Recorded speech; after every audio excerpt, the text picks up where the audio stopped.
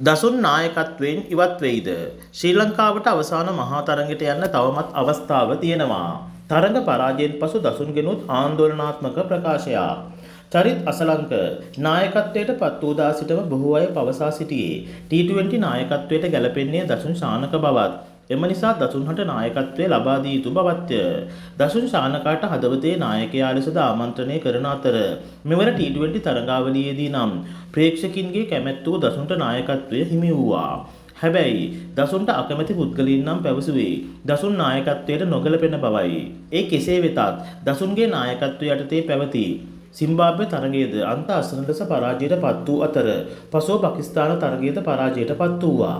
ඒ අනුව නැවත ශ්‍රී ලංකා ප්‍රේක්ෂකයන් කණ්ඩායමට ලොන්දයන් යනුවෙන් ආමන්ත්‍රණය කිරීම ආරම්භ කෙරූ අතර එලෙස තරහ යාම ප්‍රේක්ෂකින්ගේ පැත්තෙන්ද සාධාරණයි. ඇතමුන් පැවසුවේ දසුන් පොරක් විදියට හිටියා. මෙලෙස නායකත්වය ලබා දීම තුළින් දසුන් යනු පින්බූ නායකයෙක් බව මවනාව ඔප්පු වූ බවයි. ඉතින් එවන් පසුබිමක තරඟ පරාජයෙන් පසු දසුන් ශානක පවසා සිටියේ මෙවන් කතාවකි. අපි තේරුම් ගන්න ඕන අපි මෙහෙම ක්‍රීඩා කරන්න ඕන කණ්ඩායමක් නෙවෙයි. අපිට හොඳ කණ්ඩායමක් ඉන්නවා.